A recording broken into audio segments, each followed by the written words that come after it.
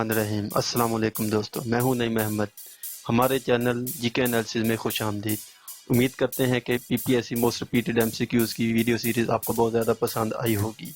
اسی ویڈیو کو آگے بڑھاتے ہوئے ہم نے آج P P S C most repeated M C Qs part 3 M C Qs کو دیکھنا ہے۔ اس طرح کے مزید ویڈیوز کو دیکھنے کے لیے ہمارے چینل جی کے انالیسز کو سبسکرائب کیجیے، بیل آئیکن پر کلک کیجیے تاکہ نئی آنے والی ویڈیوز کی اپڈیٹ آپ کو جلد از جلد مل سکے۔ اب آگے بڑھتے ہیں اور دیکھتے ہیں کہ ہمارے آج کے جی کے انالیسز کے اندر کون سے کوسچن ڈسکس ہونے جا رہے ہیں۔ ویورز، یہاں پر ہمارے پاس کوسچن نمبر 1 آ جاتا ہے the Stonehenge is located in dash, کہ اسٹون ہینج جو ہے وہ کس ملک میں واقع ہے۔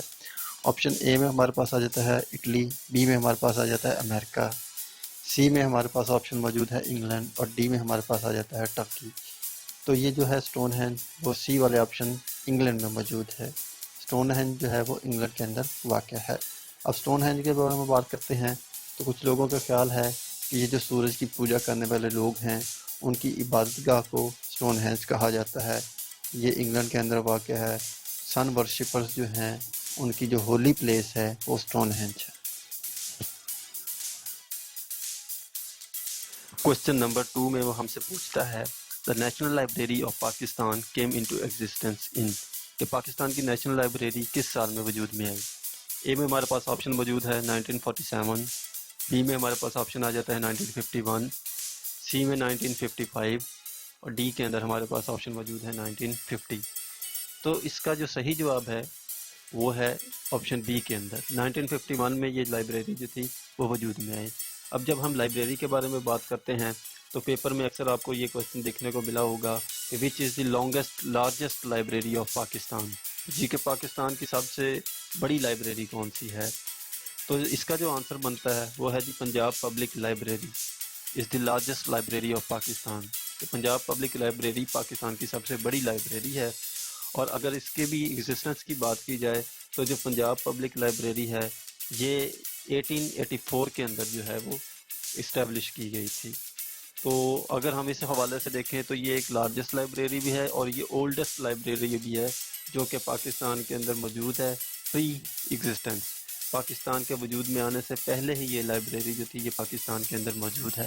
تو اس طرح سے ہمارے پاس اس کوسچن کے اندر جو ڈسکس کیا ہے وہ یہ ہے کہ پاکستان کی جو نیشنل لائبریری ہے وہ 1951 میں ایگزسٹنس میں آئی، وجود میں آئی، اور جو پاکستان کی پنجاب پبلک لائبریری ہے وہ لارجسٹ لائبریری ہے اور اولڈسٹ لائبریری ہے۔